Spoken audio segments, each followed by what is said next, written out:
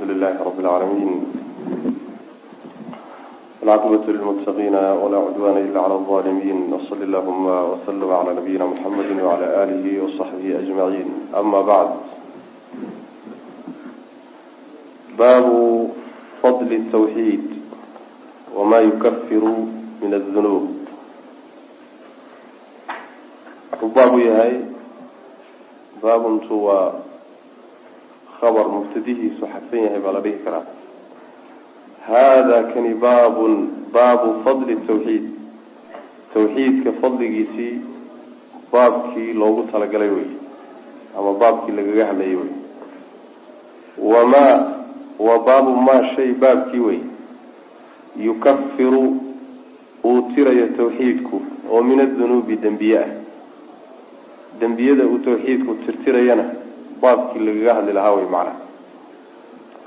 معناها baabku waa sida fasalka oo kale waxa laga wadaa markay culimadu ay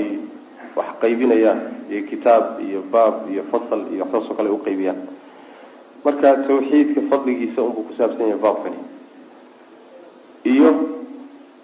tirida uu tawxiidku dambiyada baabi'iyo, ruuxii tawxiidka la yimaada in dambiyadiisa loo dhaafayo baabkaas ku saabsan yahay. wamaadaas marka waxaa laga dhigi karaa mawsuulo oo waxay noqonaysaa baabu fadli tawxiid wa fadli takfiirihi wa fadli ma ay alladhi yukaffiruhu min adh-dhunub, iyo shaygii uu tirayay ee dambiyada ahaa. ama maada haddii masdariya laga dhigo waa la heli karaayo wama yukaffiru ay takfiirihi adh-dhunuba, iyo tirida uu tawxiidku tiro dambiyada tiro. وقوله تعالى باب يهي وباب قوله تعالى الذين آمنوا ولم يلبسوا إيمانهم بظلم أولئك لهم الأمن وهم مهتدون. الذين كوا آمنوا رمي ولم يلبسوا عن كبرهم إيمانهم إيمان كود بظلم عن ظلم كدر أولئك كوا لهم وحا أسقنا الأمن نمتقليو وهم إياك كليقود بانا مهتدون كوها نوصنا إياقنا هقاكسن وطوصن. آيات waxay sheegaysaa dadkii cidii la timaada laba shay inuu laba abaalgud leeyahay. labada shay uu la imaanayo wax weeyaan al-iimaan waa marka koobaad. marka labaad ama tiirka labaad ee uu la imaanayana waxa weeye in uusan iimaankii wax dulmi ah ku dhex darin, iimaan khaalis ah oo baraxla, tawxiid baraxla ruuxii la yimaado oo wax dulmiya dhex gelin. laba abaalgud buu leeyahay. abaalgudka koobaadi waxa weeyaan nabadgeliyuu leeyahay, adduun iyo aakhiraba waa la nabadgelin. abaalgudka labaadna waxa weeye wuu hanuunsan yahay oo waxay markhaati u tahay dadkii toosnaa ee jidka toosan hayay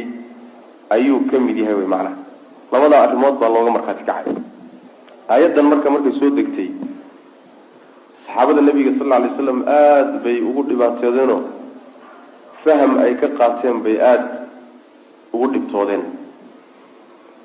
sida Imaam Ahmad iyo qeyrkii warinayo xadiidka Bukhaarina uu warinaya, nabiga sallallahu alayhi wasallam aayadani markay ku soo degtay ayay saxaabadu waxay u fahmeen alladina aamanuu walam yalbisuu iimaanahum bidulmin. dulmiga asalkiisa waxaa la yidhaahdaa shayga oo meeshiisii ku haboonay meel aan ahayn la dhigo. dulmiga asalkiisa sawaga shirkigu marka dulmi wey, maxaa yeelay waa cibaado meesheedii iyo ciddii lahayd cid aan ahayn la siiyey oo meeshay ku haboonay meel aan ahayn la dhigay, meelaan ku habboonayn la dhigay wey. dembiyada oo dhanna waa dulmi, maxaa yeelay dembigu waa ficil ama waa qowl meel uusan ku habboonayn la dhigay wey. kulligood marka waa wada dulmi. waxay marka saxaabadu u fahmeen aayadda qur-aanka ah, ilaan aayaddu waxay sheegtay inay iimaanna la yimaadaan,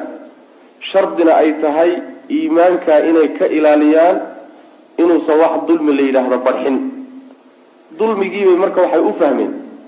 dembiyadii inay soo gelayaan shirkigii waaba ku jira isagu laakiin waxay u fahmeen dambiyada ama ha yaraadeen ama ha weynaadeen ruuxii la yimaaday iimaankiisa inuu barxay sidaa daraadeed inuusan nabadgeliyada iyo hanuunka midna lahayn saasay u fahmeen markaas waxay dhahay ayuna lam yadlim nafsahu ya rasuul allah oo midka anaga naga mid ah ee aan lafihiisa dulminin yaa waay ruuxan dulmi la imaanin oo haddii la yidhahdo dulmiga dunuubta laga wadaa waa cidda aan dambaabiyey tahay oo annaga naga mid ah cid walba waa dambaabtay marka waxay u fahmeen ciddii dambaabtayba inay iimaankiisii ku baraxday dulmi wabitaali inuusan amnina helaynin hanuunsanayna muhtadina inuusan ahayn saasay u fahmeen markaasay arrintaasi aada u dhibtay nebiga marka salawatullahi wasalaamu caleyh bay arrinkii weydiiyeen markaasuu nebigu su yidhi salawatullahi wasalaamu calayhi laysa kamaa taquluun saad leedihiin ma aha saad u fahamteen ma aha lam yalbisuu iimaanahum bidulmin ay bishirkin baa laga wadaa buu nebigu yihi salawatullahi waslamu caleyh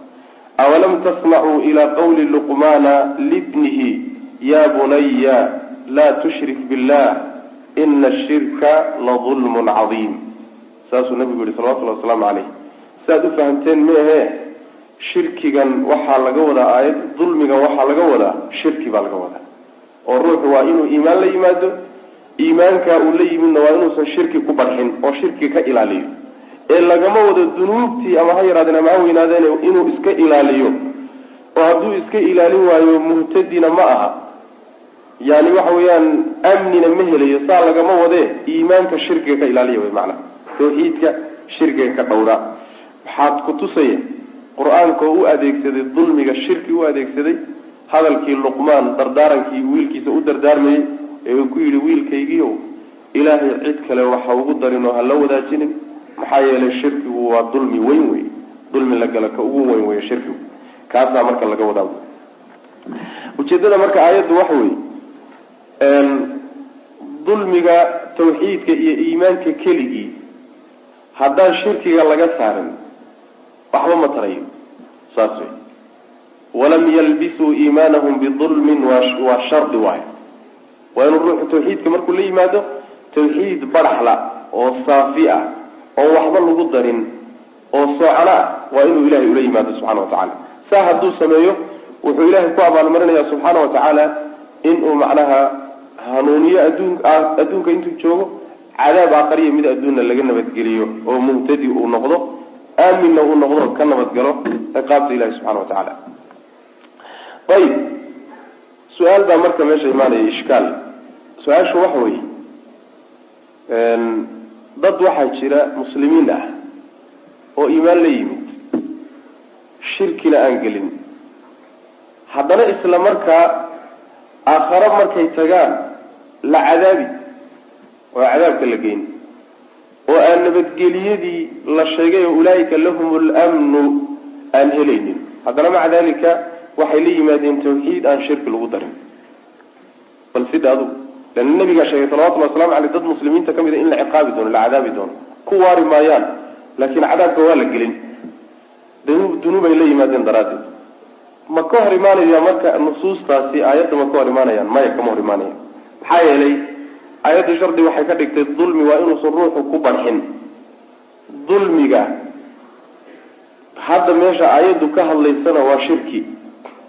shirkiga marka wuxuu uqaybsamaa shirki akbar oo weyn oo islaamka lagaga baxayo shirki asqar ah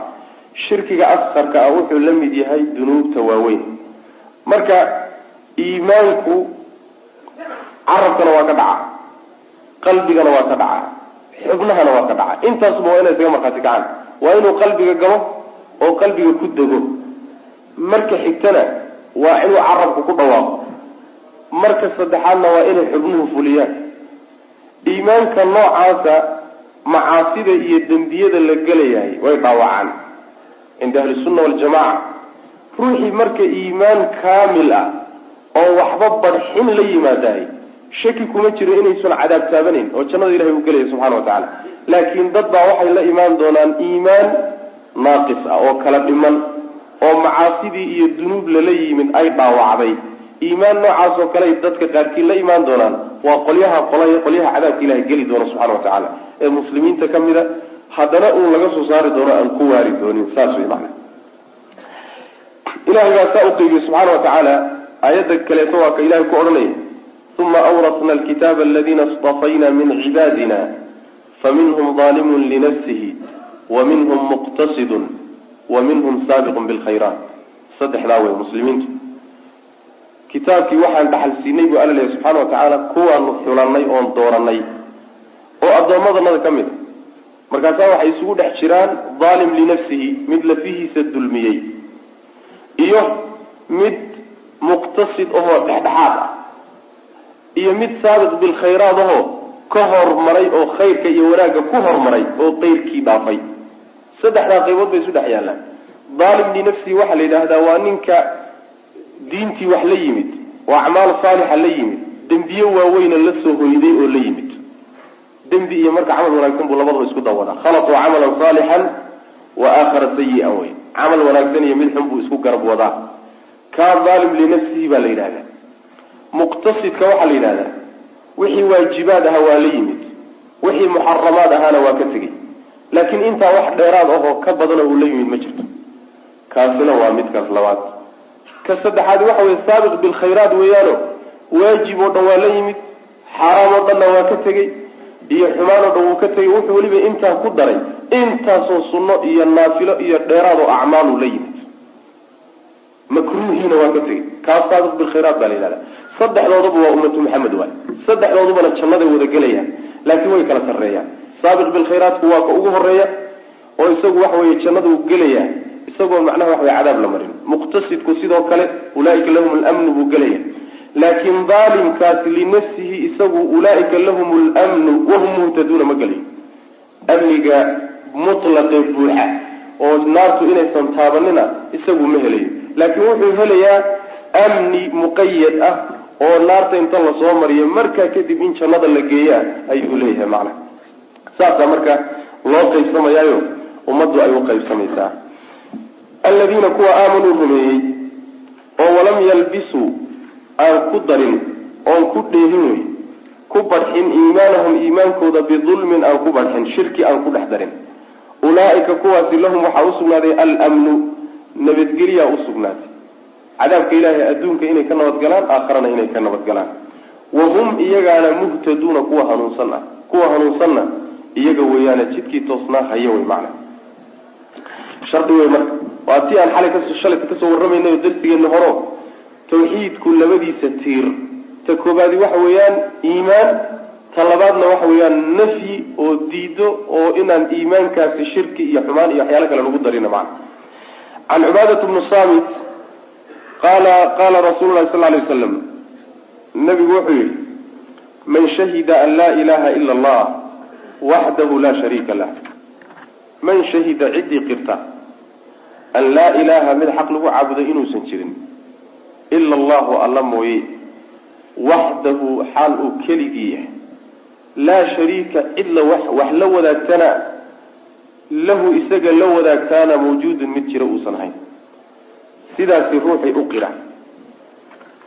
ayib wa ana muxamadan ciddii qirta waman shahida ciddii qirta ana muxamadan muxamed cabduhu addoonkii ilaahay inuu yahay warasuuluhu iyo rasuulkiisa wa ana ciisa ciisana cabdullaahi addoonkii ilaahay inuu yahay warasuuluhu iyo rasuulkiisa wa kelimatuhu kelimadii ilaahay inuu yahay kelimadaasoo alqaaha uu riday alle ilaa maryam xaggeeda uu riday wa ruuxun ruux inuu yahay oo minhu xagga alla ka timid ninkii qira waljannata waman shahida ciddii qirta aljannata jannada qirta xaqun inay tahay wannaara naartiina xaqun inay tahay adkhalahu allahu ilaahay baa gelinaya aljannata jannaduu gelinaya calaa maa kaana wixii ahaaday dushiisa lagu gelinay oo min alcamali camal ah wuxuu camal la yimid ee uu wato intuu dooniba ha dhannaadee ayaa jannada lagu gelin buu nabigu lehy salawatullahi wasalaamu caleyh akhrajaahu saxiix albukhaari iyo saxiix muslim ba xadiid ku yimid oo saxiixaynka ayaa soo saaray xadiidku dhowr arrimood oo mabaadi'da tawxiidka ka mid ah ayuu ka hadlayaa midda koobaadi waxa weeyaan inuu ruuxu qiro in uusan jirin ilaah xaq lagu caabudo alla mooyaane subxaana wa tacaala waxdahu waa lasii adkeeyey waxdadaasi waxay adkeynaysaa ila allahu day adkeyn laa shariika lahuna waxay sii adkeynaysaa laa ilahay adkeynaysa yani waxa hadalkii baa lasii adkeeyey ninkii qira mid xaq lagu caabudo inuusan jirin laanna ilaah waxa la yidhahda sidiisaba macbuud waaye waxaa soo gelaya macbuud bixaq wa macbuudun bigayri xaq inta la caabudaa waxay isu dhex yaalaan mid gar lagu caabudayo oo cibaadadan iyo waxaan la siinaya gar u leh oo xaq u leh iyo mid gardarra ay ku tahayoo loo soo boobay ama xatooyo loogu soo qaaday oo gardarro lagu siinayo cibaadadan labadaasaa la kala saariyo sidaa daraaddeed baa laa ilaaha macnaheeda saxa waxa weye laa ilaaha ay laa macbuuda bixaqin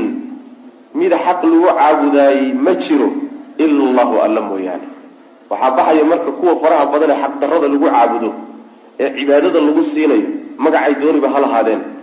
ama macnaha waxa weye malaa'ig ha lagu magacaabo ama rususha ilahay qaar ka mid a ha noqdeen ama awliyada ha noqdeen ama amwaadda qaarkood ha noqdeen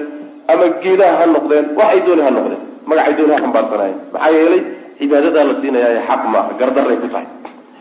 ciddii sidaa qirta oo inta ka dambaysana ku dirtaay jannadu ilahay gelinaya subxana watacaala shahaadateynka marka qiridooda shuruud badan baa loo shardiyaa in afka uun carabka laga yidhahdo keliya ma aha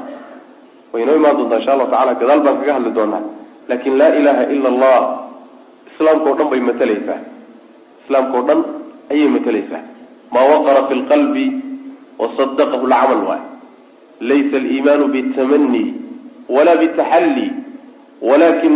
ma waqara fi lqalbi wasadaqahu lcamal iimaanku sidiisaba sheegasho ma aha tamani iyo uun iska jeclaysasana ma aha ee waa wax qalbiga ku weynaado oo qalbiga ku sugnaada kadibna camal uga markhaati kaco camal uu ku xigsado wey macnaha yani waa wax qalbigana degaya carabkana kasoo fulaya xubnaha intoodii kaleetana yani waxa weeyaan saamayn ku yeelanaya ayaa iimaanka la yidhaahda marka laa ilaha ila allah wax saalan maaha innaga waxaynala tahay wax fudud oo ciddii iska tidhahdaba jannada iska geli sida axaadiista inoo imaan doonto laakin shuruud badan bay leedahay oo gadaal dambe insha allahu tacala aan ka sheegi doono oy ka mid tahay ugu horeyso shardiga ugu horreya alcilmu bimadluuliha macnaheeda ruuxu waa inuu garanayo laa ilaha illa allah marka wax u tarayso waa inuu macnaheeda fahmayo hadduusan macnaheeda garanaynin oo uun kelimo uun afka laga or yidhaahdo ay ka tahay ama abka soo gaadh waa laleeyahay dadku saasay leeyihin iska dheh unay ku tahay waxba tari maysa marka waxdahu laa shariika lah waxaa lagu adkeynayaa hadalkaa horaa labadoodaba lagu adkeynayaa taasi waa ta koobaad wey ta labaadi waxa weya mabdaa labaadi mabaadida tawxiidka ka mid a xadiidku sheegay wa ana muxamadan cabduhu warasuuluhu muxamedna inuu yahay addoonkii ilaahay iyo rasuulkiisa inuu yahay waa inuu ruuxu qiro u fiirso laba arrimood baa laisdaba dhigay addoonnimona waa lagu sifeeyey nabiga salawatullahi wasalaamu caleyh rasuulnimona waa lagu sifeeyey laba qolaa lagula dagaalamaya qolo waa qolo nabiga salawatullahi wasalaamu caleyhi intay huluwi iyo xadgudub ku samaysay dhaafisay martabadii addoonnimada oo addoonnimadu waa mansilada ugu sarraysa ee sideedaba makhluuq uu gaadho wey saas daraaddeed baa ilaahi subxaana watacaala markuu nabigiisa tilmaamayey maqaamaadka ugu sarreeya markuu ku tilmaamayey addoonnimuu ku tilmaamay waxyiga degitaankiisa iyo marka laga warramayo waa sharafka ugu sarreeya wey haddana addoonnimuu ilahay ku tilmaamay subxana wa tacala subxaana aladii asraa bicabdihi layla min almasjid alxaraam bicabdihi addoonnimaa lagu tilmaamay nabiga salawatullahi wasalaamu caleyh yani tabaaraka aladi nazla alfurqaana calaa cabdihi addoonkiisa waa nabiga salawatullahi wasalaamu caleyh addoonnimo marka wax ka dhex bixi karo oo makhluuqa ma jiro waxaana lagu kala fiicany oo lagu kala sharaf badan yahay addoonnimadaa sida loogu kala fiicanya ruuxba ruuxu ilaahay uga addoonsan yahay buu ka sharaf badan yahay sidaas weyaan maxaa yeelay ruuxa addoonnimada ilahay hadduu ka baxo cid kale unbuu addoon u noqon ama ibliis buu addoon u noqon ama adduunyo iyo dirham iyo dinaar buu addoon u noqon ama cid kale unbaa addoon ka dhigani laakiin addoon waxaa ugu fiican ka ilaahay subxaana watacaala keligii addoon u ah marka waxaa lagula dagaalamaya cabduhudaasi qolyaha nebiga ku xadgudbay salawatullahi wasalaamu calayh oo xuquuqdii ilaahay uu lahaa qaar ka mida siiyey sida baryada oo kale u yeedhashada oo kale u gawraca oo kale tala saarashada oo kale yani waxa weeyaan dhibka in laga magangalo dheefna la weydiisto waxyaalahaasoo kaleeto dadka nebiga u tiiriyey salawatullahi wasalaamu calayh ama cilmulgeybka oo dhan inuu og yahay oo yaqaana ku sheegay qolyahaasa yaa lagu radino adoon ilaahay way adoon ma dhaafisna nabiga sallallahu alayhi wasallam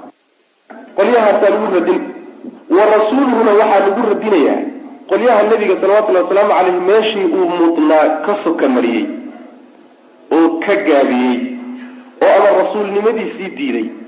ama rasuul wuxuu mudnaa oo in la rumeeyo oo la raaco oo la jeclaado oo la qadariyo oo la xushmeeyo oo hadalkiisa hadallada kale uu ka weynaado wixii xuquuqdii nooca ee rasuul lahaan jiray qolyaha ka soka mariyay nabiga sallallahu alayhi wasallam alayhi bay raddi ku tahay wa rasuuluhu sida dhaxdhaxaadkana waxay tahay inaad adoonnimada u sugto nabiga sallallahu alayhi wasallam alayhi risaale iyo rasuul ilaahay inuu ahaana aad u sugto mid walbana meesha leedahay aad dhigto sida way sida la doonayo macna wa anna muhammadan cidi qita muhammadna abduhu adoonki ilaahay inuu yahay wa rasuuluhu rasuulkiisa inuu yahay ki ilaahay uu soo dirsaday inuu yahay soo dirsiga waxa ka laazimaya hadalkiisa in la rumeeyo amarkiisana la qaato wuxuu rabayna laga hado hadalkiisuna uu kala weynaado cid walba hadalkii iyo dhaqanku nabigu leeyahay sallallahu alayhi wasallam saasa macna rasuulnimada kan laazimaysa qulubiga nabiga lagu sameeyay sallallahu alayhi wasallam waxa kamida مثلا في كتاب بردها وكله أبيات كسر ارتقار كم ده وحكمه يا رسول الله ما لي من ألوذ به سواك عند حدوث الحادث العلمي إن من جودك الدنيا وضرتها ومن علومك علم اللوح والقلم أبيات في معنى وحوي كتبتي من ذلك أحسنت لنبي كم معناها أبيات الكتاب وحولي هاي يعني النبي صلى الله عليه وسلم عليه كل وحوب بديه هاي بردوها أمان نبي الأمان صلى الله عليه وسلم عليه لكن وحكسوا أرورا أبيات غاركود أو غلوي يحدد بنبي محدث النبي صلى الله عليه وسلم عليه كم وقته سيد أبيات أسوكا وحول يا رسولك إلهي عيد كلام أو أن ينجل ما أجرته لباتوين كواوين إذاتك ودقار مركي بعان أديك ميانا عيد فالله الله عرم بجرم لباتوين كواوين وأبارا هي النبي تقول لنا الرضا هي القادشة هي الرب لعان لباتوين كواوين مركي بعان عيد كان الله عرم ما أجرته أو رسولك إلهي أهين صلى الله عليه وسلم عجيب وإلهي عرم رسولك صلى الله عليه وسلم مليه حتى الله عز وجل سوى حق إله وحق إلهي إلهي ذا الله عرى دباتوين كالله عرى أما يجيب المضطر إذا دعاه عدة روح دباتين المركو أطوار الجبايتان والله إله مع الله مر ما عدك إله لا نبر يجب وإله كليساء الله قرب له ميا مركو حكم كغلوي يعني بيت كلمات يقول ليه وحيالها موجود بيضي وحاكم إذا النبي أمده وجود بيضي الدنيا هي آخرة ضرر وآخرة يعني الدين هي آخرة وضيق ذات أدوك بحسي علمي قاقنا وحا كمدا لوحا لو محفوظك هي قلم كي قري وحا لوحي علمي كي لي أوطن وعلمي قاقا قار كمدا علمي النبي قاقا كبال عليه صلى الله عليه وسلم عليه لو المحفوظك هي قلم كي قري علمي قاقا قرين هي علمي كي لا علمي النبي قاقا كبال عليه صلى الله عليه وسلم عليه وقيد علمي النبي قاقا كمدا ساسا كتا لبيتك طيب وإله سبحانه وتعالى غير كامل قال في النبي صلى الله عليه وسلم عليه السبب النبي صلى الله عليه وسلم مشى يكتين هالكاتشو ما وادي النبي صلى الله عليه وسلم عليه لا تطروني كما أطرت النصارى عيسى بن مريم ورأيقوا حد قد بنا سيدك النصارى كريستان أيقوا حد قد بين نبي الله عيسى عليه السلام فقولوا عبد الله ورسوله فإنما أنا عبد الله ورسوله وحاضون اتراهناهم مركز كبض بديسان وأدون كي إلهي وانا الرسول كيسي أنه الرسول إلهي أدون كيسي أمبانا هاي جينينا ماشا لقي نبي الله عيسى عليه السلام مركا علم إلهي وضمه يقالنا وحوية واحد قلوه حد قلوه كاسو كالتان له إياه الله أقلين والذي دي محالي حقوق الله سبحانه وتعالى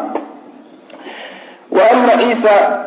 عيسى عدي قبتا عبد الله أدون كي إلهي إلهي إساقنا ورسوله رسول كيسي إلهي عيسى وحكم دي هاي ذات ديس هي الشخصية ديسة وحكم دي هاي خلائقه وحيالها أي وقيسيهم مثلا سدح الديمود أقوى وين هذا أدونك ويهودية هي النصرانية هي إسلام قواعد سدح موقفه كلا جدسان بك كلا تاقين سدح مبدأه كلا جدسان بين أمضاه وكلا الرميزين مثلا يهودية يهود وحي الرميزان تعالى نبي الله عيسى عليه السلام إنه سنبي أهين bal iska badaa inuu nebi yahay dhalashadiisii hore xataa inaysan sharci ahayn, inuu ahaa waladu zinaa, garac inuu ahaa. tacaala allahu camaa yaquluuna culuwan kabiira. yani inuu garac ahaabay ku sheegaan. maryamna ay soo garcatay, iska badaa inuu nebi noqde. yahuudi mawqifkaasi taaganta. kiristanka iyo qolada nasaarada sheegtana waxay iyaguna leeyihiin way ku qaysan yihiin, laakiin waxay u badan yihiin kuwan kaatoliga waxay qabaan inuu yahay wiilkii ilaahay, waa wiil ilaahay dhalay subxaana watacaala. ama meehe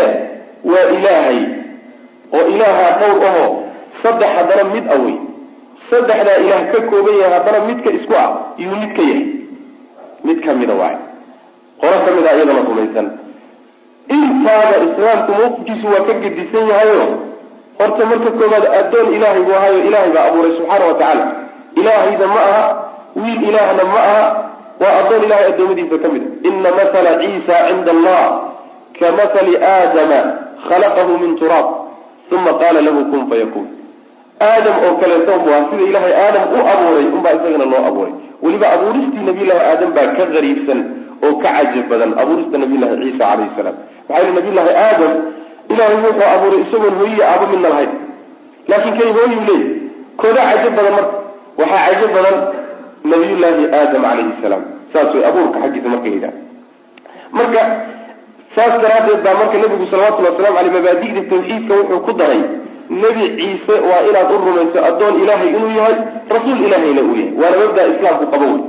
addoon ilaahayna waa ahaa, rasuul ilaahay soo dirsaday oo nabiyullaahi muuse ka dambeeyey oo ilaahay uu kitaab usoo dhigay, kitaabka injiil ahaa. saasay muslimiintu rumaysan yihiin, waana mabdaa saxda. kiristankuna waa ku xadgudbeen oo xaddiisii bay tillaabiyeen. yahuudduna meeshii uu mudnaabay ka soka mariyeen oo iyaguna meel hoosay dhigeen. nasaarana waa ku xadgudubtay, islaamku dhexdhexaad wey. addoon ilaahay wey, waana rasuulka ilaahay uu soo dirsaday sala allahu calayhi wasalam. wa ana ciisa ciddii qirta ciise cabdullahi addoonka ilahay inuu yahay, warasuuluhu rasuulkiisa, iyo wa kelimatuhu kelimadiisii ilaahay weedhiisii oo alqaaha uu riday ilaa maryam. ciisa baa lasii tilmaamaya, waxaa lagu tilmaamaya addoon ilaahay buu ahaa, rasuul buu ahaa. abuuristiisii hore qaabkii lagu abuuray ayaa wax laga sheegayo, kelimadii ilaahay ee ahayd kun ayaa lagu abuuray. wa kelimatuhu waxaa laga wadaa ilaahay subxaana watacaala markuu abuuray wuxuu ku abuuray kelimada uu wax walba ku abuuro oo ah kelimatu kun. wa kelimatuhu alqaaha ilaa maryam. kelimadaana waxaa lagu tuuray maryam oo uurka maryam iyo makaankeeda ayaa meeshaasa ilaahay subxaana watacaala uuga dhigay meeshii macnaha lagu abuuri lahaa, lagu amaamudi lahaa. marka kelimadii ilaahay waxaa loo leeyahay ila makhluuqaadkao dhan kelimadaasay ku abuurmaane, kelimaadka kale oo dhan taqriiban sabab bay leeyihiinoo waa aabba iyo hooyi iyo waxbaa lasoo mariyaa. sabab noocaasoo kale ku yimaadaan oo ilaahay sabab buu u yeelaa. laakiin nabiyullaahi ciisa calayhi salaam asagu kelimada si gooniya waxaa loogu tilmaamaya biduuni sababin, aabba la-aan ayuu ilaahi subxaana watacaala kelimadiisa ku abuuray, toos ayuu ugu abuurmay macna saas weyaan. ayib kelimadaa marka jibriil baa lala soo diray. waxaa kaloo lagu tilmaamay ruuxun minhu, waa ruux ilaahay subxaana watacaala xaggiisa ka timid, waa ruux ilaahay abuurayo xagga rabbi ka timid subxaana watacaala. wa ruuxun minhu waxaa laga wadaa nabiyullaahi ciisa calayhi salaam ruuxda la geliyey tii malakul jibriil markuu u yimid maryam fii suurati maryam, markuu ilahay kaga warramaya subxaana watacaala. fanafaknaa fiihi min ruuxina, ruuxdaa lagu afuufay malakul jibriil loo soo dhiibay ee lagu abuuray, taasaa xagga ilaahay ka timid oo ilaahay baa abuuray subxaana watacaala. saasaa iyadana laga wadaa wa ruuxun minhu. culimada nasaarada qaar ka mid a ayaa culimada islaamkay waxay ku xujeeyeen, waxay yidhahdeen diintiina lafteedu waxay sheegaysaa nebi ciise ruuxdiisu inay ilaahay ruuxdiisa ka timid oo ilaahay qayb ka mida inuu yahay. diintiinaba sheegaysa oo xagee ku taalla wa ruuxun minhu, ruux ilaahay ka midoo qayb ka mida wey. minhudaasoo marka waxay ka dhigeen tabciidiyo oo gobol ilaahay ka midoo ruux qayb ilaahay ka mida ah ayaa yuu ka yimid diintiinaaba leh. waxaa la yidhi seetahaysaan qawlahu tacaala wasakara lakum ma fi samaawaati wama fi lardi jamiican minhu. ilaahay wuxuu idiin sahlay samaawaadka iyo dhulka iyo inta ku dhex nool kulligoodna minhu ma isagay ka mid yihiin baa dhahaysa mise xaggiisay ka yimaadeen baa dhahaysa xaggiisay ka yimaadeen wey minhu waa minhudan maxaad ku tirahdeen ilahay qayb ka mida wey minhudan makhluuqaadkao dhan ku jiraanna ilahay qayb ka mida maa maxaad u dhahaysaa marka minhuda lagama wado tabciidiya ibtidaa'iye wey yani ruuxun kaa'inatun min allahi wey ruux xagga ilahay ka timi subxaana watacaala oo xagga alle kasoo fushay oo xagga alle laga abuuray ruux noocaasoo kale ilahay ku abuuray subxana watacala lagama wado ruux ilahay qayb ka mid ah ayaa lagu abuuray waa macnaha iyagu ay wataan waa macno qalada wey wa kalimatuhu inuu yahay ruuxii qira kelimadii ilaahay alqaha kelimadaasoo ilaahay uu riday ilaa maryam xaggeeda uu u riday wa ruuxun ruux inuu yahay oo minhu xagga alle ka ahaatay qur-aanka yani nabiyullahi ciisa calayhi salaam daatadiisa marka laga warramayo iyo mabdi'iisa aad baa lagu dheeraa fi suurati maryam oo kaleeto laga bilaabo wadkur maryama halkaa laga bilaabo ilaa cabaar la socdo isagon baa laga warramay siduu ku dhashay baa la faahfaahin iyo markii uu dhashay kadib wuxuu ku hadlay iyo mabdi uu la yimid baa la faahfaahin fii suurati ali cimraan sidoo kale marka waxaa mabdaa aada loogu dheeraanaya mabaadi'da bulshooyinka adduunka ugu badan ay rumaysan yihiin ta ugu khatarsan wey oo ilaahay subxaana watacaala lagu aflagaadoodo lagu adab daraado oo la caayo wey ilaahay subxaana watacaala ilmuu leeyahay waa cay iyo aflagaado wey marka waa arrin weyn oo halisa wey ayib waljannata wa ana aljannata jannadu xaqun inay tahay ruuxii qira jannadu inay xaq tahay waa aakharo la rumeeyo wey wanaara wa ana annaara naartuna xaqun xaq inay tahay ruuxii rumeeya adkhalahu allahu ilaahay baa gelinaya aljannata jannada ayuu gelinaya jannadoo la rumeeyo iyo naartoo la rumeeyahay macnaheedu waxa weye markay inay jiraan aada rumayso haddana rumayntaa waa inay ku raacdo diyaargarow waa inaad naarta kacarkeedana bilowdo jannada raadinteedana bilowdo laakiin waan rumaysnahay haddana wax diyaargarow la imaan maayo ma rumaysnid wey warkeeda maxaa yeelay waxaa caadatan layska yaqaanaa ruuxa haddii la yidhaahdo masalan magaaladan hadda la degan yahay haddii la yidhahdo berrito ciidan weyn baa magaalada ku waaberisan doona ama cadaabbaaba samada kaga soo tegi doona sidaa daraaddeed hal cararo nin walbaa meeshii orod gaadhsiiyo iyo carar hal cararo haddii la yidhahdo oo cidda warkaana na soo gaadhsiinaya ay tahay cid aan ku kalsoonahay ruuxii warkaa rumaysta oo qalbiga gashada berrito in laysku waaberisan doono caawa inuu bari may kula tahay caawa inuu magaalada saaxan may kula tahay abadan ma seexanayo wuu carari si kasta hadduu u qalbi abiyo si kasta geesi u yahay wuun carari goor uu cararka bilaababa taasi marka waxay kutusaysaa mabda'a qalbiga ku jira ee rumaynta jannada iyo naarta ah xubnahay ka muuqani oo dhaqankaaga ka muuqani oo diyaar garowgaaga ka muuqani haddii kale waxaa qalbiga ku jira sheegasho oo been ah waxba kama jiro saas way macana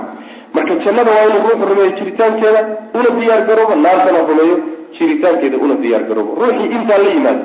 waa ilaahay oo ilaahnimada keligii loo qiro nebi maxamed salawatullahi wasalaamu caleyh risaalada loo qiriyo addoonnimada nebi ciise oo isagana addoonnimada loo qiro iyo rasuulnimada iyo kelimadii ilaahay ruuxii xagga alla ka timi inuu yahay iyo jannadoo loo qiro iyo naartoo la qiro intaa ruuxii la yimaadahay adkhalahu llahu ilaahay baa wuxuu gelinayaa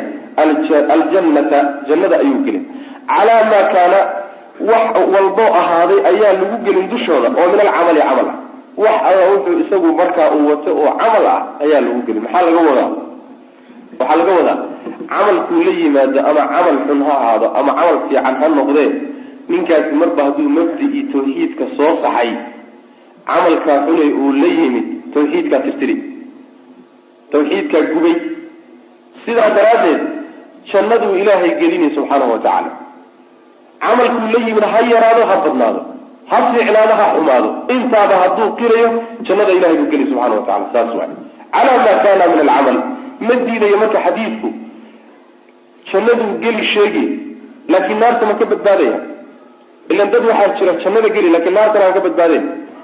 ma sheegin sidaas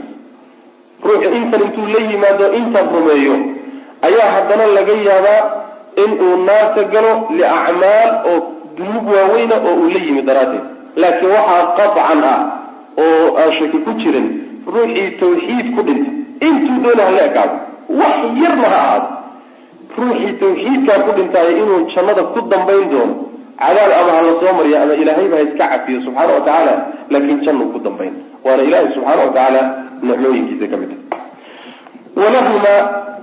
waxaa u sugnaaday bukhaari iyo muslim lahumaa saxiixaynka wa bukhaari iyo muslim waxaa u sugnaaday fi xadiidi citbaan xadiidkiisa dhexdii waxaa ugu sugnaaday oy ku warinayaan faina allaha xarama cala annaar nabigu inuu yidhi salawatullahi wasalaamu caleyh faina allaha alle xarama wuxuu ka xaaraameeyey cala annaari naarta wuxuu ka xaaraameeyey man qaala ciddii tidhaahda laa ilaha ila allah ciddii tidhaahda ilahay naarta waa ka xaaraameeyey yabtaqii isagoo doonaya bidalika hadalkaa isagaa biwajha allah ilaahay wejigiisi iyo dartii isagoo ula jeeda oon ujeedo kala wadanin ruuxii sidaa sameeya ilaahay subxaana watacaala jannada ayuu gelin naartana waa ka xarima jirhkiisa waa tawxiidka waay tawxiidka ruuxii la yimaadaayey ilaan fadliga tawxiidkaan ku dhex jirnay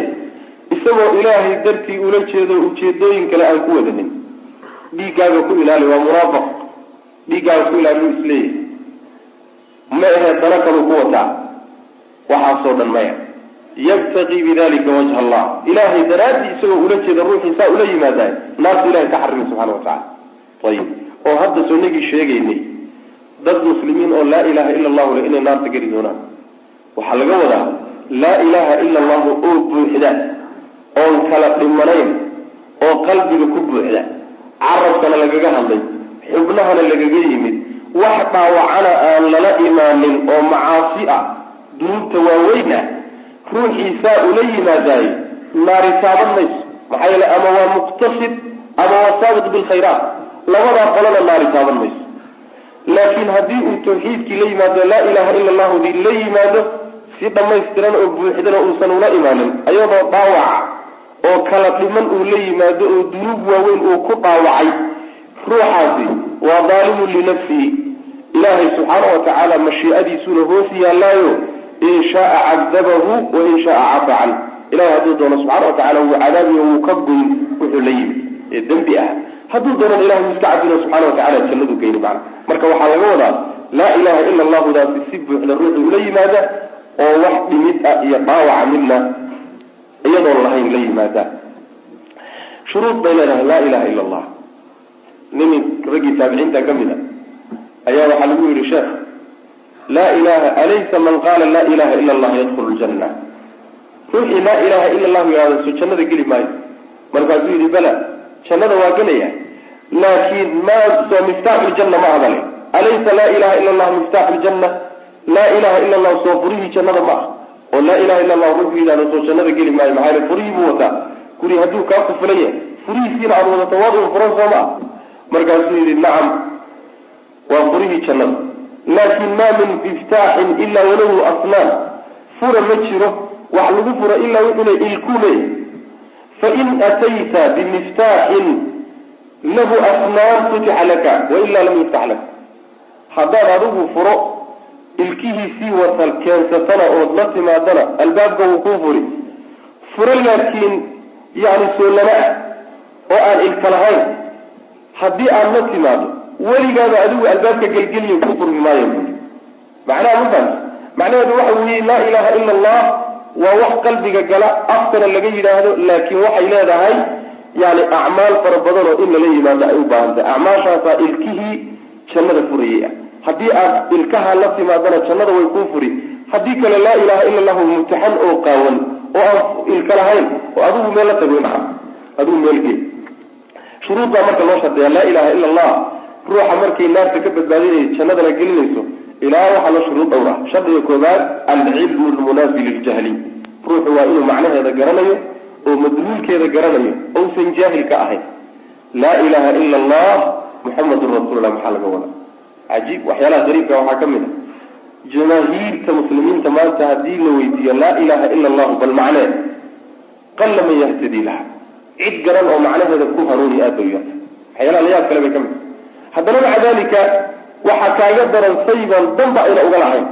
inay xataa fadhiistaan oy bartaan xataa maba shaqadooda maahaba waxaa ku fillaatay keliya islaam waa magac haddaabad sheegtay inaad muslim tahay masaajidka salaadana tukato kifaaya waa kugu filan laa ilaha ila allah oo kelimada islaamka lagu soo gelinaya jaahil buu ka yahay macnahay faa'iideynaysa macnaha marka waa inuu ruuxu macnaheeda garanayo jaahilna uusan ka ahayn.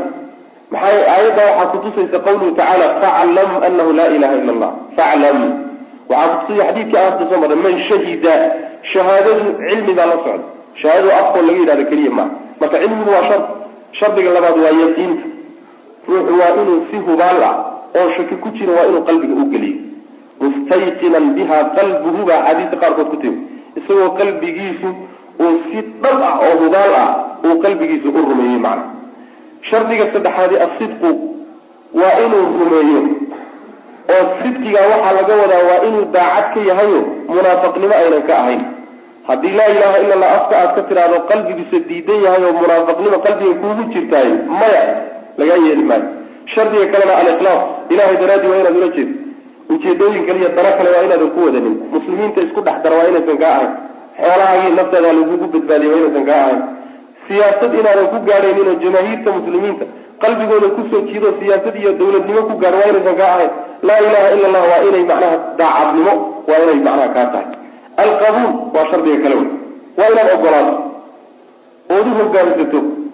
oo aad macnaha waxa weeyaan waxay ku farayso iyo waxay kaa reebayso aad macnaha qaadato. waxay ku farayso waxay kaa reebaysana kaado. laanna laa ilaha ila allah waxay ciwaan u tahay mabda islaamka oo kitaabka ilahi iyo sunnada nabiga sal alay wasalam. haddii aadan kuwaa qaadanin oodan dhaqan ahaan u qaadanin oodan u hogaansamin laa ilaha ila allah meelgii adugu maxaa leeyahay allah subxana wa tacala waa ka odhanaya falaa warabbika laa yu'minuuna xataa yuxakimuuka fima shajara baynahum. iimaan lagama helin oo islaamnimada sheeganaya waa been ilaa ay adiga xaakim kaa dhigtaanoo sharcigaaga ay u xugum tagaan. saasuu ilahi subxana wa tacala u leeyay. marka laa ilaha ila allah oo maxkamado kaleeto iyo dawaaqiid iyo dhaqamo kale iyo caadooyin kaleeto laysku dhaqayaay meeshii la geyn lahaa loo baaya middaa iyada waa in loo hogaansamo. ta kaleeto waa in la jeclaado. laa ilaha ila allah markaad tidhahdaayo waa inaad jecesha mabda ay ka turjumayso oo kitaabka ilahi sunnada nebiya waa inaad jecesha. dadka laa ilaha ila allahu ku dhaqmaya iyo dadka wata iyo dadka waa inaad jeclaatood iyaga u hiliso oo xisbiga aad gasho oo iyaga dhankooda aad ka soo jeesato oo hil yaho aad kuwa la garab istaagto wey. waa alwalaa walbara. haddiise laakiin laa ilaha ila allah afka aad ka leedahay dadkii laa ilaha ila allahuna aada nacdo xisbigii ilaahay aada nacdo axsaabta shaydaanka aad la falsafato laa ilaha ila allahuna aada leedahay maya lagama yeelay iyadana markaas socon mayso. shuruuda laa ilaha ila allah way ka mid. shuruudtaasoo dhan waxaa kutusaya adilo badan oo kitaabka alle iyo sunnada nabiga sal alay wasalam ka mid ah. hal shardi buu xadiidku tilmaamayo waa shardiga ikhlaaska wey. yabtagii bidalika wajha allah waa inuu ilaahay daraadii ula jeedo ujeedo kale ayna meesha ku jirin. taasuu xadiidku tilmaamay. ayb wacan abi saciidin alkhudriyi radi allahu can rasuuli lahi sal alay slam qaala nabigu wuxuu yihi qaala muusa nabiyullaahi muusa baa wuxuu yidhi yaa rabbi rabbigayow callimnii ibar shay-an wax ibar shaygaasoo adkuruka aan kugu xiso oo wa adcuuka bihi aan kugu baryo. ilaahayow shay aan kugu xiso oo kugu baryo ibar buu yidhi. nabiyullaahi muusa baa saa ilaahay weydiistay subxaanahu wa tacaala. qaala wuxuu yidhi qul waxaad tidhaahdaa allah wuxuu ku yidhi muuse qul waxaad tidhahdaa yaa muusa muusow laa ilaaha mid xaq lagu caabudo ma jiro ila allahu alla mooye. hadalkaa dheh buu yidhi yani kalimatu tawxiid waay. qaala wuxuu yidhi nabiyullaahi muusa calayhi salaam yaa rabbi waxoogaa buu yaro saluugayo in loo badiyo waxaan dadku la wadaagin buu rabay. qaala wuxuu yidhi yaa rabbi rabbigayo kullu cibaadika addoommadaadoo dhan yaquuluuna way leeyihiin haada taas. cid walba laa ilaha ila allahu way leedahay ee anigu waxaan rabaa wax ka weyn wax ka fiican baan rabaa oo kugu xiso oo kugu ammaano aan kugu baryo. qaala wuxuu yihi rabbi subxaana wa tacala yaa muusa muusow low ana asamaawaati sabca 7 samo iyo wa caamirahunna in alla inta ku dhex noole camire hayri oo aan ani ahayn ani markii laga reebo waalaraadiina waalaraadiina 7 iyo 7 dhul fii kifatin haddii kafad la saaro haddii 7 dhul iyo 7 cir iyo inta camiraysa ku dhex nool aniga marka layga reebo intooda haddii kafad laysla saaro walaa ilaha ila allahuna fii kifatin iyadana haddii kafad la saaro laa ilaha ila allahuna kafad la saaro lamaalat way la liici lahayd laa ilaha ila allah bihinna samaawaadka iyo dhulalka iyo inta ku dhex noolba waxaa la liici lahayd oo ka rajaxmi lahayd laa ilaha ila allahu baa ka rajaxmi lahayd. rawahu ibn xibbaan baa wariya xadiidka waalxaakim wasaxaxahu saxiixu ka dhiga xadiidka. waxaynu ku dhex jirnay laa ilaha ila allahu ajriga iyo fadliga ay leedahay. waxaa nabiyullaahi muusa ilaahay u weydiistay inuu siiyo ama uu u sheego oo uu baro hadal uu ku ammaano oo uu wax ku weydiisto. markaasuu ilahi subxana watacala wuxuu ku uhi laa ilaha ila allah sidaa dheh. markaasuu yihi ilaahay oo addoommadao dhan bay taasi ka dhaxaysaay mid dheeraadaan ariga rabaa.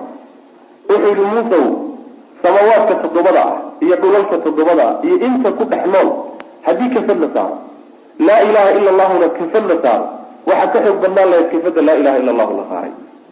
marka wax ka weynoo la keeni karo ma jiro. afdalu maa qultu ana wannabiyuuna qablii laa ilaha ila allah. waxa ugu fadli badan ee anigiiyo nebiyadii iga horreeyeyba aan ku hadalnaayo waa laa ilaha ila allah. wax ka macno weyn ama ka miisaan weyn ama ka ajir badan oo la keeni karaayo ma uu jiro wey macnaheed. waxaa kutusi sidoo kale xadiid lbitaaqa, xadiidka caanka ku ah magaca xadiid lbitaaqa la yidhahdaa. xadiidkaasi wuxuu ahaa waxaa nabigu sheegay salawatullahi wasalaamu caleyh nin baa maalinta qiyaamada imaan doona. xadiidku waa xadiid xasan ah. markaasaa wuxuu la imaan doonaa markuu yimaado wax camal ah oo uu wataayo ma jiro. markaasaa maxkamadda marka la hor keeno yaa waxaa la odhanayaa wax camal ah ood sheegani ma jiraan. waxaa loo soo saarayaa 99 diiwaan oo sayi-aadkiisa iyo dembiyadiisu ka buuxaan. markaasaa la dhihi akriso. markaasaa waxaa markuu akristaa la dhihi wax haba yaraate ee lagu dul saaray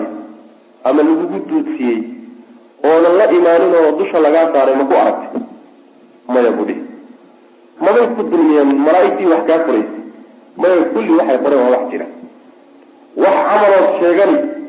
oo wanaagsani ma jiraan ood la timid oo kafadan banaan ee liicsan lagu saaro.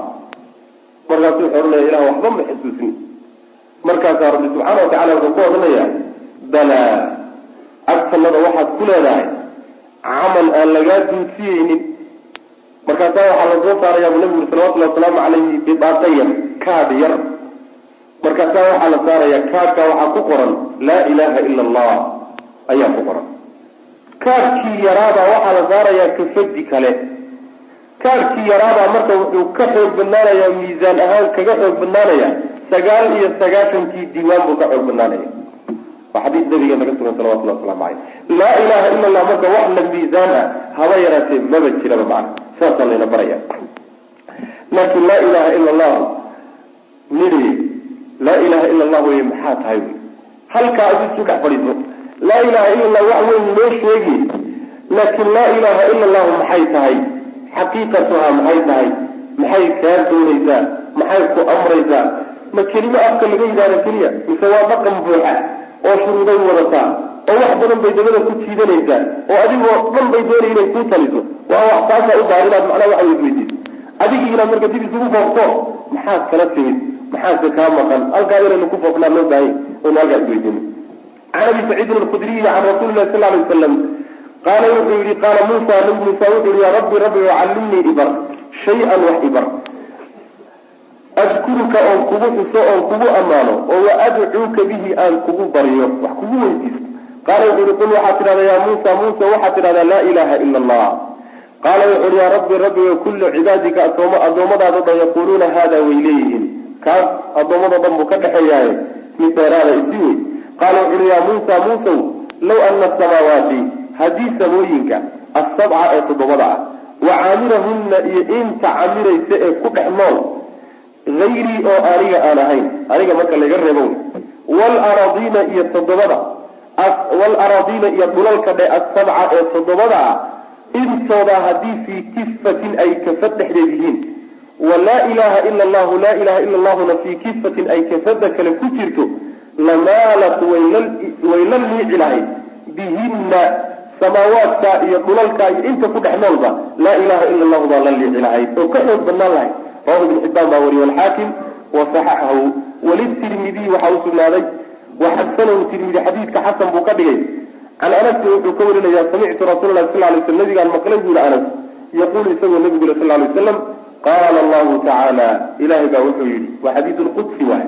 وحديث إلهي والنبي إلهي كوني سبحانه وتعالى حديث القدس لقيتني آتيت ما دوت إلى قلمت لا تشرك أدون شريك يلين أو وداتشنين بي أنك شيء أو حبا أني لو وداتشنين لأتيتك وانكون إيمانا وانكسين بقرارها ملك مجيس وحدوية مغفرة أدم داف صاسوي ملك مجي أدم بأهداد إلهي أرتماد لكن التوحيد رتماد لا إله إلا الله أدو حقيقي إلهينا عدك لأنقرب لغين هداد مبدأ رتماد ملك مجي أدم بأهداد وطرأ كبر وضر رتماد هو والغضب بذل الله سبحانه وتعالى يقول لك أنك سائلا فوقه لكن على ماذا فاهم التوحيد وعدم الإشراك مع الله غيره إلهي إلى ذا نعيد كلاته وحلو ذاته تلقات الواقع إلهي وقود هذا وحي كلاته ساسو مركواتا شيء وإن قلبك يعرفك يحبنها كل لا إله إلا الله وإن الفليان سوى الشراء ورقاته معنا ساسو مركب كل قوكتا إن عوح الله وحي الدنبي أدوك أوليه أي ترترتو إلهي وقود سبحانه وتعالى قال الله إلهي تعالى كرا يا ابن آدم إن آدم لو أتيتني هداد إلى تماد بقراب الأرض دلك مجي وحدوية خطايا أرقففيال إيا الدنبياء ثم لقيتني مركا كذبنا آد إلى كلمته لا تشرك يعني لمشارة كذب لا تشرك أدوه وداتيني بي أنك شيء وحبعني لو وداتيني شرط قوة على كاوي وشرط علس ظلمت إلهي وحي كحرمتها شرط ثم لقيتني لا تشرك بي شيئا شرط علوه اسكت إلى تحقيق الصف صادرابي وحي كينيسا سيدي صحابة النبي صلى الله عليه وسلم مركع آيات نفس زومريني مرضى هذا المغشو ماشي شركي ما كجرا وحوغا يرو من طول شركي ما كم مقطعه المغش عرب حتى هدي اسكو قصر او مغشو علماء اسكو هايسكو قارنا لي ورماشا شركي ويور دينتا لغا بخا ماشي قارنا الى يور دينتا لغا ما بخي وا توحيد وفي عنده عرض عرض حاجه اونشينو الى واحد يعني واحد حقيقته دينته ان احتياط لو قاس سيدي سبا يعني خير وحكومية له شرط وقايوي شرط كتير ما شرط شركي كسر بعد عدل إلى كعرب انت أتعركت هكون دوالي هل اسكوها يسيستو علمنا اسكوخ الخلافين ومنكي سيسيستو لكن أدوه معناه وطاها بالذالي بمعنى ساسا لدوري إلا بمعنى وقت ميل ألا ماشي وحكا إيمان كلام أتعركت لأتيتك وانكونا إيماني هداد أرنكا كسر بحضر اللطمة بقرارها دولك مجي وحدوية مغفرة أو دمدافة أيام كل إيمانية فاصل عليك رقصينية أيها الله سبحانه وتعالى فيه مسائل باقى أنصامرني مسائل دورة كتيرة الأولى مسألة كما يحوي سعة فضل الله إله الفضل جيسة سيدة أوه بلارية نحريص إله سبحانه وتعالى سيدة بلارية نحاول إليه إله سبحانه وتعالى هدو أدون كيسة توحيد هدو لي ما دوحي الدنبي أو باطين وانا حريص هدو بلارية الثانية مسألة الله يحوي كثرة ثواب التوحيد توحيدك أمال قدكي سئية ثوابك في أجرك بل ما شاء بديها عند الله إله أكتس توحيدك سيدو أجر بديها هي أمال قدكي أي كتسي الثالثة مدة صدحات وحوى تكثيره توحيدك ترتردي سأترتريه مع ذلك أجرك أيضا لجهريه للذنوب تنمو ترتريه لما أرمونه ووين ذا توحيدك الوقارة أجرك يا أبا الجدوين شنده إلهي كو أي كتها والوها لا يرده دمدي وحي آدقشينا ولا يسوقوا بعض عوضنا ولا يجيب البالة وحكوين الذين أتوا سوينتا الله عندي نبالين النبي الرابعة مثلا أفراد وحوي تفسير الآية آيات دي الله تفسيروي التي آياتها في سورة الأنعام كترت ومدى نظامه الذين آمنوا ولم يلبسوا إيمانهم بظلم آياتها تفسير كده الخامسة مثلا شهاد وحوي تأمل أفيسو الخمسة شنطة أفيسو اللواتي شنطة صو في حديث عبادة كسو عروري شنطة بنو حقائق دلتاك وبالقلب قاقية مستحد هذا كوع العلي شنطة سوى شنطي من شهد أن لا إله إلا الله وحده لا شريك له واتكوبات وأن محمدا عبده ورسوله وطلبات إلهي كليكي ونقره نبي محمد الرسول لمن نوقره أدونمه نبي عيسى الله قرأ الظلمه يا الرسول نمو هي كلمة إلهي يروح حق إلهي شنبه الله إلا أقلاله يا النار الله أقلاله فكواشان أرغوه وواسيره وإذا جزء تميد اللي حرقه إذا جمع بينه وبين حديث عتبان حديث كاهرة هي حديث عتبان هذا بسوقيس وما بعده حديث عتباوحي كدنبي تبين لك وحكو عدان معنى قوله لا إله إلا الله وتبين لك وحكو عدان خطأ المغرورين ذاتك كتسون إلا كريي الشيطان كريي قفك أي كتشران ويكو عداني معنى وحوي حديث يقول ريالها من شهد أن لا إله إلا الله وأن محمد رسول الله شهادة إطلاقي مركي انتاد حديثي كلا يبتغي بذلك وجه الله شروطه إليه كوا مركا يسوقيس وحاكوس وبحيو أو سيب لأدو فهمي لا إله إلا الله معنى وذا ثاني وحاكا لو قرني دك كتسون والشركيات كبود أحجرة وقبور تطلع اعتكافا وأمواد الضرية وإله ذلك ويالني وأويض ويالني كوا سو شيطان كبيي قفك أي كتيران وذكرا وواحد كبيي وحوي لا إله إلا الله مرضى دار أفضل كلنا ما بقى نوي كرتابة ساسوي صالحين سوشي هو مبدأ مرجئوي مرجئة واحد طبعا روح هذا أفضل لا إله إلا الله وكليه نواقض التوحيد نسلي إيمان كريم وتوحيد كيسوسا شبي كريم وتوحيد كيسوسا بوري كريم الإسلام كبحي كريم ساسي طبعا ومبدأ أروح الدول السابعة مسألة تضبار وحوي التنبيه براروجين ذلك اللغو براروجي للشرط شرط اللغو براروجي في حديث اعتبار كساروري شرط قاعد واقعها يبتغي بذلك وجه الله طيب الله تراد مسجد الثامنة مسألة السديدات وحوي كون الأنبياء نبينا أهاشهم أيهين يحتاجون قوة باعا للتنبيه براروجين لغو براروجي على فضل لا إله إلا الله لا إله إلا الله فضل إله لا إله إلا الله فضل إله إلا يسكب براروجي عامة كليه ومباهنه حتى وحاوبها النبي يد إلهي ما وقع سو نبي الله موسى عليه كل العزم بكجرة شرط الرسول وفضل بدن بكجرة هذا لا إله إلا الله سبحانه وتعالى لا إله إلا الله فضل يد الله بري لا إله إلا الله فضل إله إلا يسكب براروجي عامة كليه ومباهنه حتى وحاوبها النبي يد إلهي ما وقع سو نبي الله موسى عليه كل العزم بكجرة شرط الرسول وفضل بدن بكجرة هذا لا إله إلا الله سبحانه وتعالى لا إله إلا الله فضل يد الله بري كل مخلد الله عز وجل مركا لا إله إلا الله أوضى لله هاي ما هذا توحيد كان الله قريب وتوحيد عدل على قريب بس لأنه ماذا نصوك لقال بي الله ولا إله إلا الله على قريب يا نبي الله موسى عليه السلام حديث من له علمي لماذا كما رأى النهاية ملك بدأ لنفسه كلمة لا إله إلا الله علمي قال سيدا تراد المرة بإلى دين ساقناته أصبرته شرع وقامته تقيسته وواجبه فاسو التاسعة مثل سجالات وحي مثلا سجالات التنبيه براروجين لسكو براروجين لرجحانها رجحنانها أي كرجحنتها بجميع المخلوقات مخلوقات من أي كفر بدنتها كأنستحي لا إله إلا الله وكأنس مع أن كثير يدعو أي تتهدر إن بدن أو ممن يقولها ذاتك أولا يكمل يخف إنه فضدان دوره ميزان الميزان تيزو إنه فضدان دوره وسيسو قبل سربع مسلمين الميزان كود فضدان ماي لا إله إلا الله نوي وطار عدو وحفظ بنانا يتنكي بندينا حفظ بنانا ولا إله إلا الله ذي السماوات يقول إيه أنت فتح نرض كيف يقدر السيد حقيقي تواب وطايا ما يحفظه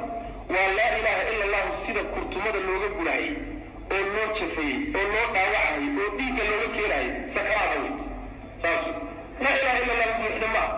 لا إله إلا الله اسمه حدما هدوه لا إله الله شكل مجمع واحد قالوا لي من وقتي سماوات ملك إني كرجع منه لكن بهال سكرات أو فرقسا أو سيده شفاية الدنيا وجود جراحة وحي وكذا يولي من ومعنى صاصية العاشرة مسألة قبل الوحي النص نفي عبدين لسعدي على أن الأراضين بلالكم 7 تضوء إليهم كالسماوات سيد السماوات وكذا يعني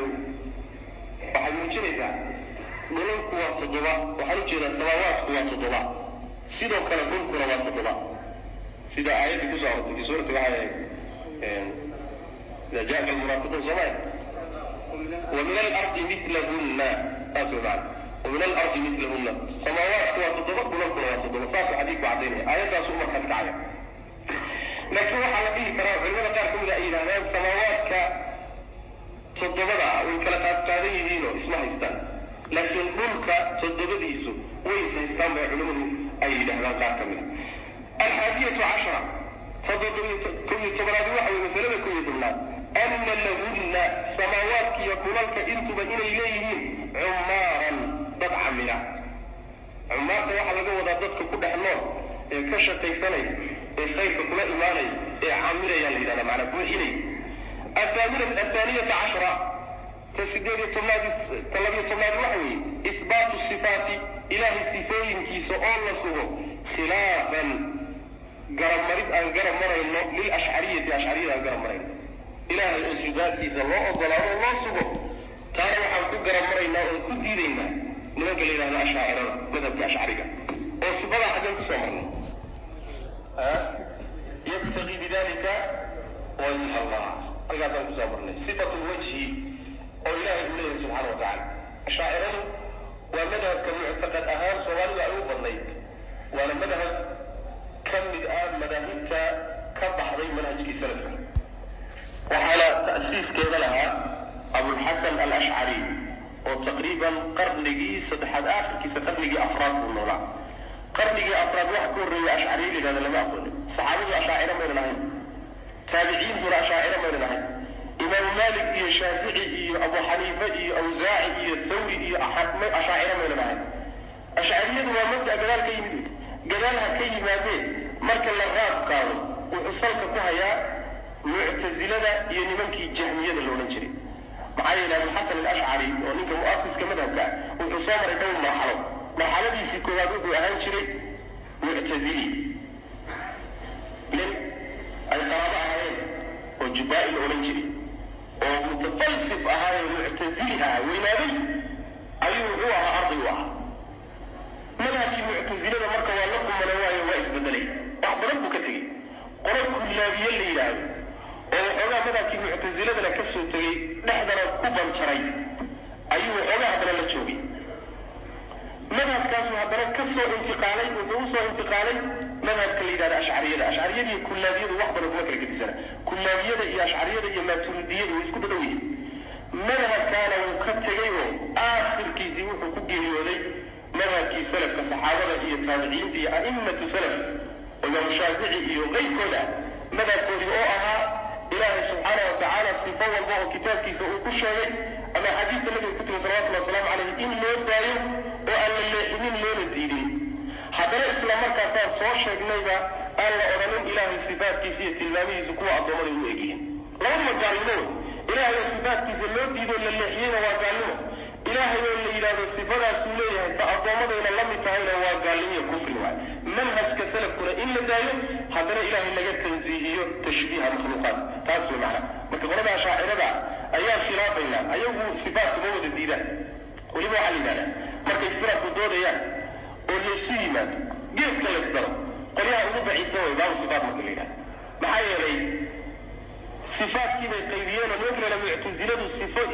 هي مرعى كون إله هو أقول سبحانه وتعالى مرعى بمرين أهل السنة والجماعة هي السلف كنا وحي قبان إله سبحانه وتعالى صفات كيزوء من إلا يبدأين مرعى بمرين لكن أيوه انتهي كلا تحقي لما وحي لنا إلهي انت أنا الله صغره وانت أنا اللوتي ومحاكو كلا قاته هل كأوضا الله تحبر يصدي لقبون كشبه كل غد والمحاسة ولا انتصر الرسال انت كلام إلهي يبديدين أما حاجة رعدان أنا حاجة رعدان يعتزلنا مركز دولاب واحد يجري وربا أمنا لنا صورة أما النوم كان مجسمة لنا مجسمة فيها قال السلف مجسمة هي مشبهة واحد يقول أما مجسمة الراعة أما أنا لنا صورة لكن لو مرة تحدث لنا الضريبات واحدة أولا زمان يجري وكمنا كذا مذهب لجبوري حتى منك مؤسس كتابة جبور أبو الحسن الأشعري إنه كبورين كتبتي في دمونا ما بدوس الإبانة وصول الديانة كتاب كتب معنا الإبانة وقعد إنه مذهب إمام أحمد وكل عصي سيدة كتاب كتاب سيدة وكالته مقالات الأشعريين وحتى الله سيدة وكالته فحول المذهب الأشعري ربي أبوة وإلى المذهب كأشعرية فلسفيين ده كلامين ده كل وكالات المركز كده عليه وعتمد الغزالي وعتمد فخر الرازي وعتمد ينيك لو ننشر معنا لا كإمام باقلاني أو بكر الباقلاني رجع ذا رجل أبوه إلى جويني وطور حرم أول فترة مال وقو قالي طريق مسدودة أيوه قالي رسيد أسي ودبع معنا وحويان ما نعمله قالي فكمنا كانت خلاف الله كأبسي عن إله وصفات كتلودا سبحانه وتعالى أيضا علم لقد تشبيهين وكتاب السنة منها في السلف سيكتو سيئا الثالثة عشرة تصدح تولاد وحوي أنك أدوم إذا عرفت هداد جرتوت فأنت حديث أنس الوجود به عرفت واحد قرر أن قوله أرهدي في نبي في حديث عتبان فإن الله حرم على النار من قال لا إله إلا الله يبتغي بذلك وجه الله أنه ترك الشرك أن ترك الشرك يعني أن يقرأ إنه يعني الآن يقرأ الآن أو كتب سواء صار عنه هذا اللي يتكلم عنه وواحد نقول حديث عتبان فإن الله حرم على النار من قال لا إله إلا الله يبتغي بذلك وجه الله أن ترك الشرك بأول لقصة ليس إنسان أهين قولها كلمة التوحيد كأولوها باللسان عرق لقصة فاسمع معناه واحد الشرك كتجتان كيسة إنسان أهين كلمة أفقى لقصة marka aad ka gaadho shirkadii loo baahan yahay inaad wax alla wixii shirkiyada ka tagto saas ku tusilo wala xadiid magac soo geysay waxa kale oo dhigi kara in loo wada daawo suurtagal waxa la dhigi kara in man isagu taraka uu ka tagay ashirka shirkii uu ka tagay ama innahu tarku shirkii oo laga tagay weey laysa ma ahaanun qawluha orahda kelimada laga yiraahdo bil lisan oo kalama ka fiirto arabi'at 10 تعبير طلاب مثلات كما وحوي تأمل بالقصة الجمع كل من لكل بين كون عيسى أهوشيسة ومحمد أهوشيسة لوضع أهوشها أيهين عبدي الله لوضي أضل الله ورسوليه يلوضي الرسول لوضي في الرسول قلوا بالسيدة اللي سوقيه مدوى البيلاه وقلت الماميين يا الرسول حتى لا أضل وياي بل كان آدد الإسلام وقفي له الخامسة عشرة شريط الله وحوي معرفة اختصاص عيسى كبوليريد الكبوليري الله فرطه بكونه أهانشيسا الكبوليري كلمة الله إله كلمة يسويها عيسى كبوليريد الكبوليري كلمة إله إنه يهي أصبر أيضا ماشي كتبتا ومن سلامة كلمة ومحال الكبوليري كلمة الله الضمض هو كلمة إله يوديه صارت على مثلا وحال الكبوليري أهمية كبوليري إلا بسبب سبب الله إله سبحانه وتعالى هو أبوري كلمة كل بدون سبب بإله هو أبوري سبحانه وتعالى طيب السادسة عشرة اللي تبلاد وحي معرفة كونه إلا فرطوءها شهر والذي له عيسى روح ومنه حق إله كتم روح حق إله كتم إنه يهيبه إيضا لله فرطوء أي إيضا مسألة كلام كشف أباكين السابعة عشرة تطبيق تبلاد وحي معرفة فضل الإيمان رمينا الرميو بالجنة الجنة الرميو والنار النار الرميو فضلك أيلادا هاي والله فرطاء إذا كجرت فضلك أيلادا الجنة النار الرميو فضلك أيلادا هاي بأيضا والله فرطاء كجرت الثامنة عشرة تسديد تبرد وحي معرفة قوله على ما كان من العمل عمل وحديث وجدا به وأيضا معنى هذه وحل ورجي ظل فرطاء أيضا وكجرت وعلى ما كان من العمل وحوي أما عمل كلي يمكن دون بعض حقه ماذا حزينا هيا هذا حضرنا إله سبحانه وتعالى الجنوبي أما شننا وحنا كوجليا أو ميلش ولا كان أما ميلسوك كوجليا على ما كان من العمل عمل كلي بعد شننا درجة كوجليا أيقول أرب صار عمره صار التاسعة عشرة السجالي تبرد وحوي معرفة أن الميزان برش الله فرطية قرش الله قرش أن الميزان كله ميزان كأنه بسم عليه كفتان لما كفدودين الميزان كله ميزان كأقرع عماشا لقول ميزانه فأما من ثقلت موازينه فأما من خفت موازينه ميزان كاسوا ميزان حقيقي وبارك أقرع انت لك لما كفدوده الحقيقي يليه فقالت منا عماشا حميد بالطاري منا أعماشا ونونا يفينيك بالطاري واحد معلوم الأماها صاص حديث قطص 20 فإذا لما ترى الوحوي معرفة ذكر وجه إلهي شيء جدا لا شيء أو يظهر الله فقطه إلهي سبحانه وتعالى وجه بلواسبري كولات رب سبحانه وتعالى وجه بليه وجه سنة وجه أضمد أمريكا وجه أقلما ووين كيسية عظمدي سأبلغما وصل الله يقعب إلى سبحانه وتعالى وإنت عزيزه قال صديا وحلي عليه ما إنت وحلاد ولا وزال الله سبحانه وتعالى وجه سنة أقلما إلهي سبحانه وتعالى مرنا بتهم كاجة هلسه آلي وجهه إله إليه مركز إله إلى الأدومدي ثلاثة أبعاد هذا قياس كاتا خلقا عقلي يا جماعة إنه كسر بعديه قلبي يا خلق مكورة إذا أقول هذا إلهي وجهي وشيء حتى وجهي قال ميل هو يرين أو إننا الضوء وجهي قريب وأكفان ووجهي إندلع وأقل وعرض لنا ماشي صادقي وإلهي أضم ذلك رسول الله بمكورة سخلق ما قياس كذا مكورة بقلب وأنا ماشي كنتي إلى انفراد خلدن في أي كو خلدمان كنت إنت ربنا نية سيدة هي إخلاص وإلهي سبحانه وتعالى هناك كفوية ونزها نية ذاتي كو خلدمان خلق كنا ماشي وكجلي كجلي وهذا السواحي إلهي أعطوني ذي سلطة ضمن مكورة صفاتي إلهي لها اسم شيء أما النبي اسم شيء إما وحيلنا خطيه حتى السجاء إلى في أضرار صلى الله عليه وسلم وكان معه إلهي عرش جسو كسر يهدي لنا ومال بكفتها معه إلهي وجهي بولا يهدي لنا وجهنا ضمن معه قعم بولا يهدي لنا قعمها ضمن معه فرولا يهدي لنا سيدة حديث لك كسر صلوات الله والسلام على الفرح ضمن وكلام معه وكويس وأدك مقاطع إيا لنا ما يجري كرنا ما نجانا إنت أصلا لكن حديث يقرأ أنت الشيغان وإنه شيء وانا سبيلنا النبي صلى الله عليه وسلم عليه الصحابة السلف كي علمني وولائي أئمة الأربعة يلو كذا إن شاء الله تعالى من الإمام التاني لا تعلم تقول كل هذه هذا هو الذي صلى الله عليه وسلم على نبينا محمد